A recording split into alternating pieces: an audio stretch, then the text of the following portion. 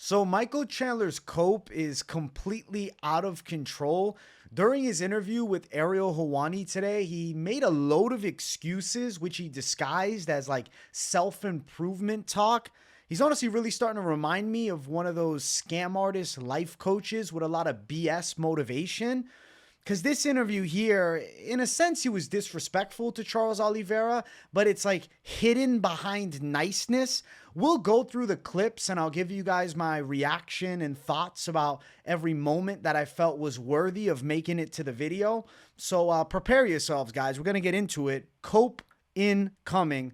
Let's go to the first clip where he talks about the fight against Charles Oliveira. And if it was a different referee, he could have ended up being champion. Let's listen to it. Spectrum as well. I mean, that could have been Herb Dean. It could have been Big John McCarthy. It could have been 1,000 other referees, and maybe they do step in, and I become the UFC champion. I fulfilled the dream of becoming the #1 guy in the world, but it's just not the way it was supposed to be. So, like he says, oh, it's not the way it's supposed to be to, pull back against it.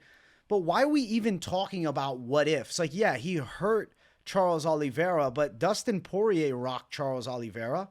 We saw Justin Gaethje land big shots against Oliveira.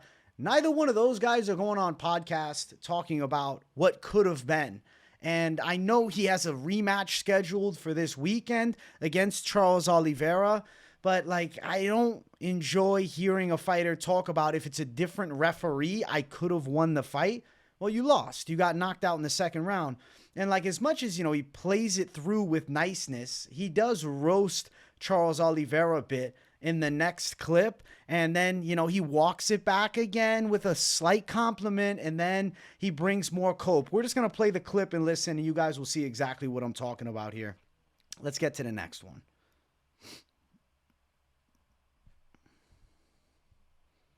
But I lost that night. Charles won, and he deserved it. He beat me fair and square. A kid from the favelas who was one of the most unreliable guys in the sport, missing weight and losing fights he shouldn't have lost to, changes himself and becomes the champion. Like, that's the way it was supposed to be. So you hear he says that Charles Oliveira changed himself. Well, in this next clip, you're going to hear him admit that he thinks Charles Oliveira is still a quitter. Not that he's going to call him one. He's going to say that he's not going to call him one, but he agrees that Charles Oliveira quits. And even during his post-fight interview, after fighting against Charles Oliveira, he was like back and forth on calling Charles a quitter last time after he was knocked out. Let's play this next clip here, and let's listen to Michael Cope Chandler a bit more. Quitter. And obviously I think he's proven that to be kind of 100%. nonsense. Do you think there's any element of that left in him? I do. You do? I do. I'm not calling him a quitter. Okay. But I do know I didn't put myself in a position to fight him for long enough, to put pressure on him for long enough, to instill second guessing and fight him for long enough. I hear a lot of excuses by Michael Chandler. He is literally filled with excuses, and he's saying, I'm not going to call Charles Oliveira a quitter, but did agree to him having the quit in him still, which means that he's a quitter. I don't understand how Michael Chandler can essentially say two things at once. Either call him a quitter or don't. Don't say, hey, he has quit in him. I agree with you. He's improved 100%, but he still has quit in him. I just didn't get to put him in those positions. That's why he didn't quit against me. He knocked me out. And even after the fight against Charles Oliveira 3 years ago, he says he respects Charles and he's a little bit tougher than I expected, but he's still standing by what he said. But then he compliments him more. We're going to play this old clip because Michael Chandler, when you really pay attention to what he's saying, he's all over the place all the time. Let's play it. Lead up to this, you thought that sometimes Charles, if he faced adversity, would wilt. Do you have a newfound respect? I know you respected him anyway, but do you respect him even more now knowing that he actually was able to survive some adversity tonight? Yeah, he showed that he had the gall to get through that. I mean, got dropped, got hurt, I mean, I was on top of him. He's really long and did a really good job of tying me up, so I couldn't really rain down too hard of punches or elbows, but he definitely got through some adversity tonight. So I still stand by what I said. I don't hype up fights by being facetious or. So he's still standing by saying he's a quitter, but he's tough. He dealt with my beating. He didn't quit as I was beating on him. I just don't understand. Listen to more. We're overstating things. I called it like I saw it, and he showed tonight that he is, tougher than a lot of us thought he was. So hats off to him. Okay, so you say he's tougher than you thought he was. He didn't quit against you, but still, he's a quitter. And you're saying he's a quitter in 2024, but you won't admit that you're saying it. You'll just agree that he still has quit in him. I really don't understand how Michael Chandler is this flip-floppy on everything. It's absolute hypocritical crap. So we're going to keep running some more with Michael Chandler. A big reason why Michael Chandler didn't win the first fight, according to him, is because he was too young leading up to it. Yeah, he was a young prospect when he fought. Yeah? I was too young, man. Even though I was old, I was too young. I was too new in the sport. I had 2.5 minutes of octagon experience, 2.5 minutes of UFC cage time. And man, not only have I just grown as a fighter, but obviously these last. Hold on 1 second. Too young. He says, oh, but I was old. He was 35. He came into that fight with 27 pro fights. He'd fought 5 rounds numerous times and was a champion in Bellator for years. I think that's really a hard sell to go with the claim of, I was too young in that first Charles Oliveira fight. I wasn't experienced enough. He had a shitload of MMA fights. Regardless of the lack of UFC experience, he had an enormous amount of championship experience that Charles Oliveira never had before. So, yeah, Michael Chandler, King of Cope, some more delusion for you guys there. And there's more coming in this interview. He talks about now how he's essentially a different guy from before. We'll listen to this next clip and play it out. It's actually right here. We paused it right at the perfect time. Fluke luck there. And think, man, I don't even know who that guy is compared to who I am today. What's the big difference? Just growth. I think we as human beings, we get so eager for growth. It's like, hey, I've put in my time, but it's not that people don't do the right things, is that people don't do the right things for long enough and they give up too soon, right? And I got to pause the motivation. Like, Michael Chandler would be a great motivational speaker for people that are searching for, a change in themselves and need to flip their mentality, because he will tell you and he'll sell you on it that he's a completely different fighter today than he was 2 years ago. And I just genuinely can't believe that, because you look at fights following the Charles Oliveira fight, when he gets hit by hard punches, if we're talking about a fighter with more wilt and quit in them, I feel like it's Michael Chandler. And I'm telling you, he's a deceptive guy. Like, even watch that Gaethje fight, and he'll have people fooled into thinking that he wants to sit there and swang and bang bombs with Gaethje after getting dropped. He definitely did it. He was trying to bait him on in a certain way, but as Gaethje would come forward, he was disengaging from mixing it up on the inside. And I think that's something that gets overlooked because of his antics. But let's listen to this next clip where he discusses why he's the best. Style, a lot of it is the pressure that I put on myself. And maybe it's because I know I'm closer to the end than I am the beginning. Maybe it's because of growth. Maybe it's because of the time off, and my cup is so full because I got to spend so much time with my wife and my sons, so much time pursuing who is Michael Chandler outside of the octagon. And I love who I am, what I've created and what I've accomplished. And man, I'm just a happy fighter. A joyful fighter is a dangerous fighter. And I just feel so damn dangerous. So there he's just on a rant about the time off being good. He's had great times with his family. Like, I get it. It's coming from a good place. I don't know, man. It fluffs up the interview. I'll be honest, that clip, it's so fluff-based, I might have to cut it out of the damn video. Now, things get really interesting as we start hearing him discuss the Conor McGregor fight and how that fell through and how he was waiting on the sidelines for it. We're going to play this clip and then give the reaction as he starts talking about McNuggets a little bit. This experience, the waiting.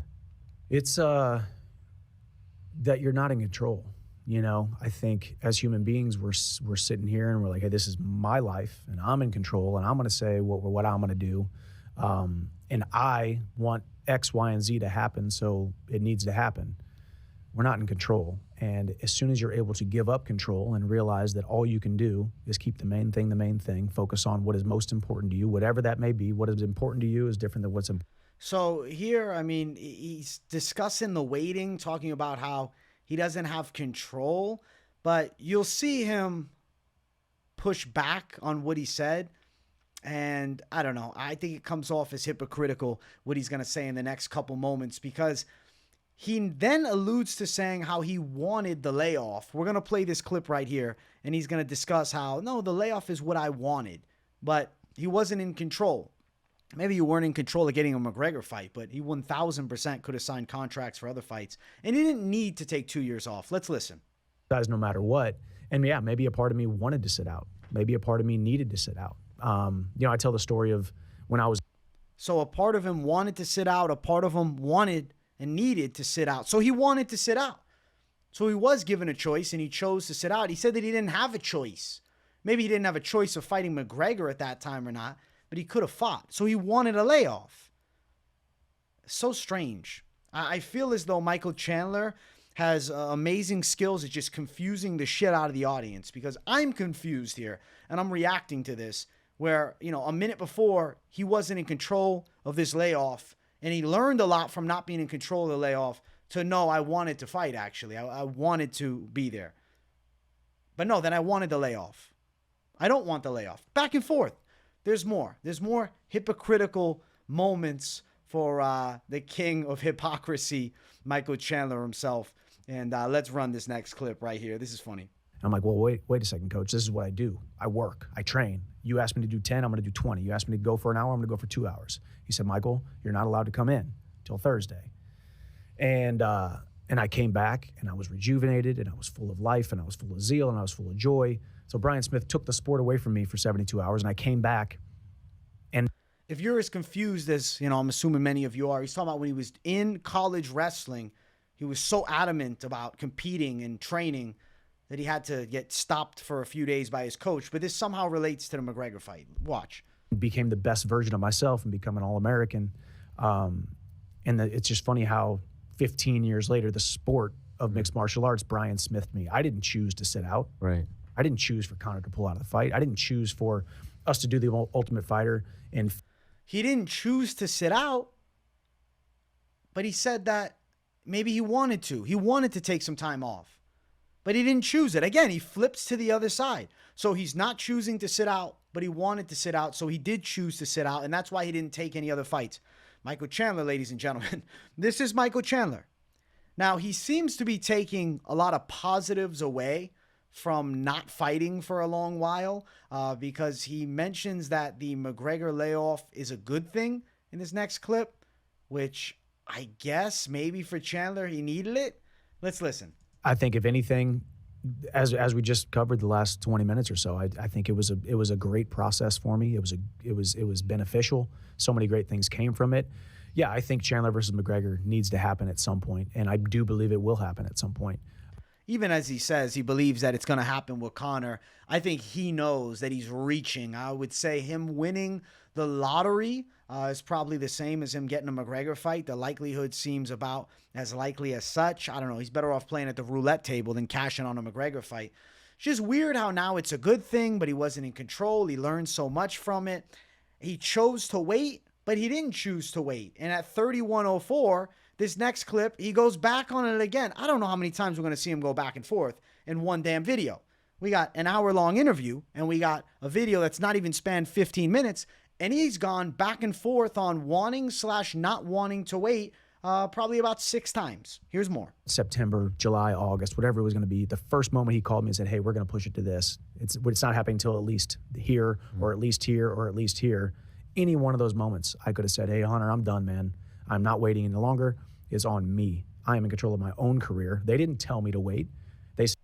They didn't tell him to wait. He's in control of his own career. But he was just talking about in the beginning of this interview how he lost control, how he wasn't in control of anything that happened. Sure, might not have fought McGregor, but he could have definitely fought. It's weird how this is like a somber moment and a sad story. Man, I feel for him because he didn't fight for 2 years waiting for Conor McGregor to come back and fight him. man, I just feel so bad for him. And now he's fighting Charles Oliveira, so this is just a great moment of motivation and perseverance. I don't really take it as that. He chose to take a couple of years off chasing a McGregor fight, and it didn't come to fruition. Really strange. Now, he considers himself the most disciplined man in MMA. Listen, I'm sure that he's a very disciplined athlete, but Islam Makhachev, Shavkat Rakhmonov, there's a lot of guys who are very disciplined. Dricus du Plessis, hard to say he's the most disciplined in MMA, but Michael Chandler, he believes that he is. I know the work that I put in, and it is not hyperbole to say that I am the most disciplined man on the planet of mixed martial arts, for sure.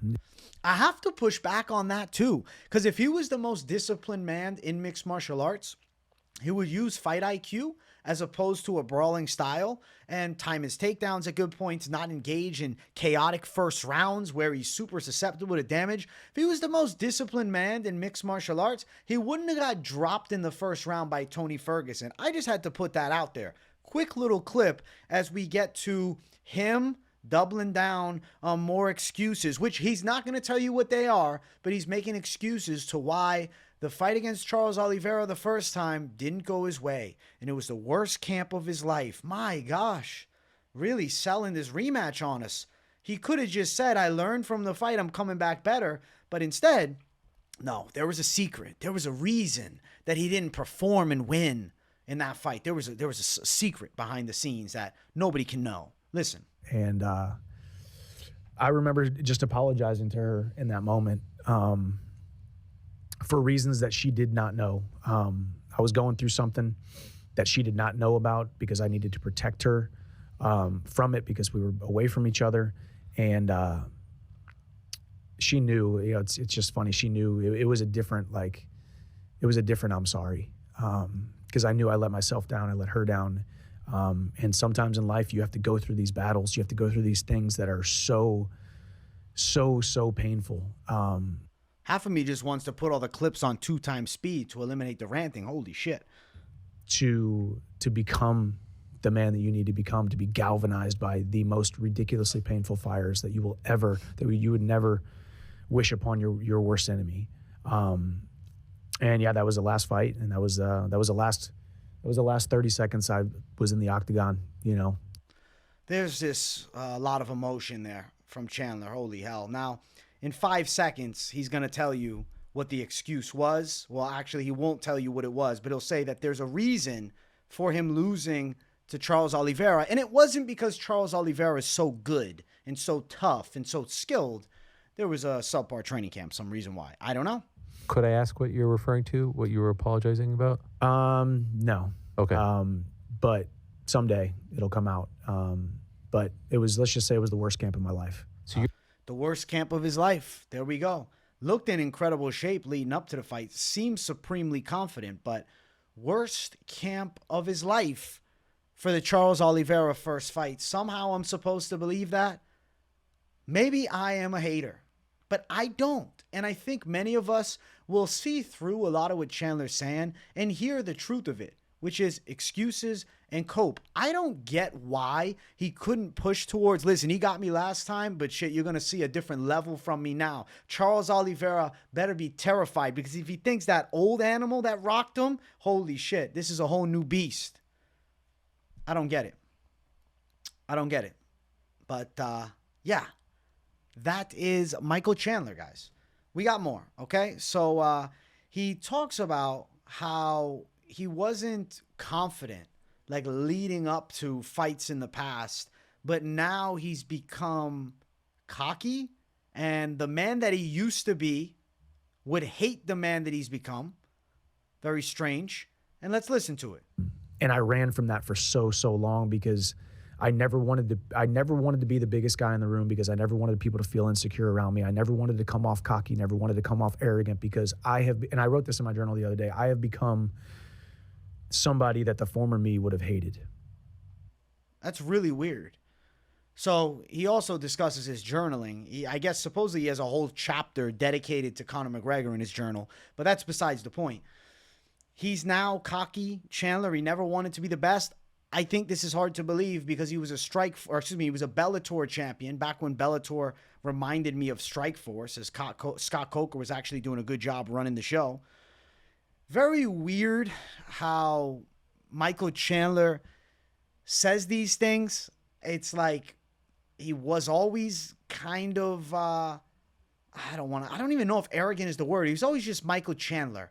He's just got a certain aura about him. He says shit that's just weird sometimes, and that's kind of how he is. I'm sure that his confidence is high right now. He's claiming that he's him. That's what he said. In another clip during this damn interview, not worth bringing up, he said, I'm him. And he seems really, really confident leading up to this fight against Charles Oliveira until after the fight, where he'll probably discuss some type of debilitating challenge that led up to this fight, on why it was a subpar performance and he didn't win. And he'd never make an excuse, but like he had a lot of issues going on before the fight.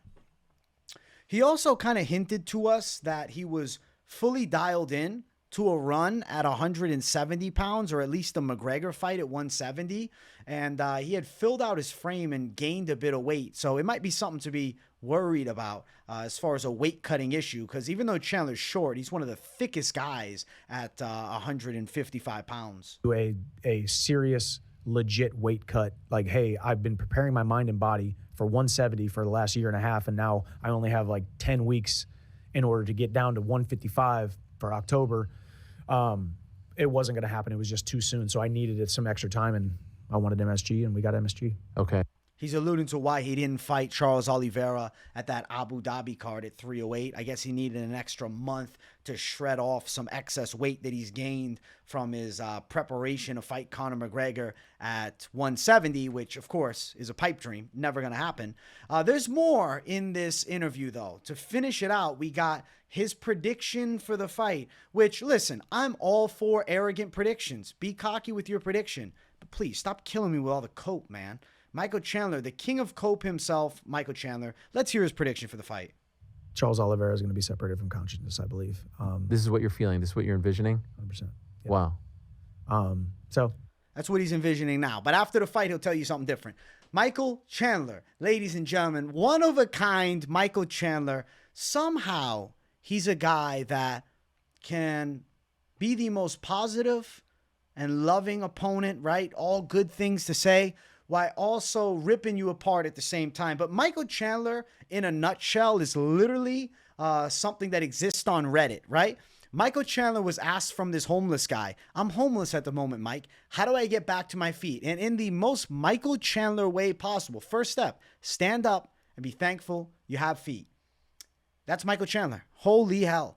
I think that he's one of a kind. I think that following fighting, he is going to make a shitload of money with a lot of men that probably are dealing with potential confidence issues. And he will be selling you on the secrets to overcoming the struggle, to coming back from adversity.